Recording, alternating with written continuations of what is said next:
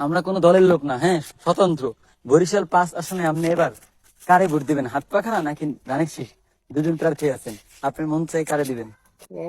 হুজুরে এটা কই আনহার দে আজকে যে কই নেই মানে চরমনের হুজুরে ছাড়া আপনি কাউরে ভোট দিবেন না নাকি? আচ্ছা, ঠিক আছে। বরিশাল 5, আপনি এবার বরিশাল 5-এ, হ্যাঁ, হাত পাখায় ভোট দিবেন নাকি ধানের শীষে? সরাসরি যা মনে আছে ওটি বলবেন। আমার তো আমার কাছে ভোট দিয়েছি সবসময়, পথে প্রথম যাই যাই তার মানে রাতের রাস্তা। আচ্ছা, ঠিক আছে।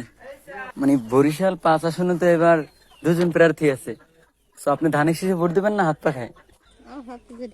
হাত পাখাই। আচ্ছা, ধন্যবাদ।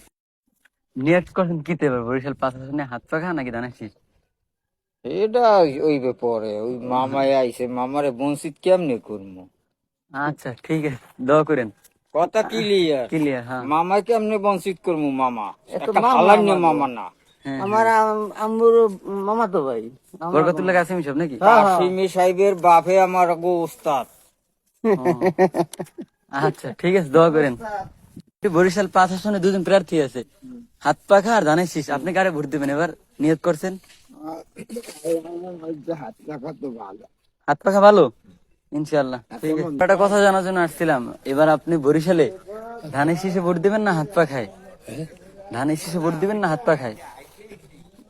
আমার ভোট যাদের সব ওই সব পাবো দেখি পাবো। তার মানে কি ধরবো কি হাত পাখা? ইনশাআল্লাহ।